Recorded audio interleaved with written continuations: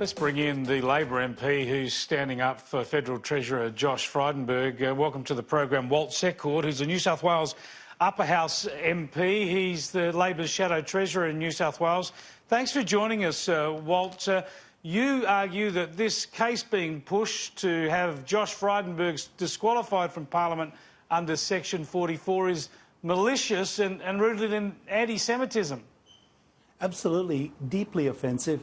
No one asked me to give the speech. Several weeks ago, I heard about this. I knew they were members of the Labor Party, and I was just deeply offended by it. I just thought those behind it knew how hurtful and how offensive it was. Josh Frydenberg's mom was born in Hungary, and her family were in the Budapest ghetto, and they had their citizenship taken away for one single reason, because they were Jewish. Now, I found that so deeply offensive, and they knew why it hurt and why it was offensive.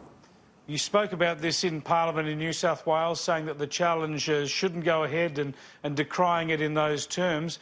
Congratulations to you for doing that. But I should point out, of course, that although this action is being taken by a long-standing ALP member, branch member, Trevor Polton, it does not have the backing of the Parliamentary Labor Party in Canberra or anyone else. You've spoken out about it, but this is something that most in the Labor Party would rather distance themselves from?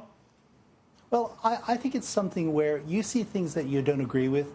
You have a responsibility to speak out and to stand out and distance yourself. I call on the Liberals and Nationals in their party to stand up to extremists when they appear in their party. And when I heard about this, I was so deeply offended by this. Now, I am the Deputy Chair of the Parliamentary Friends of Israel.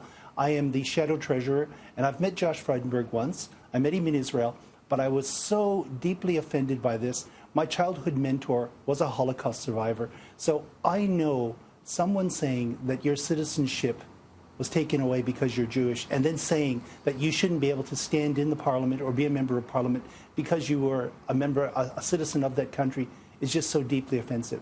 So that's why I spoke out.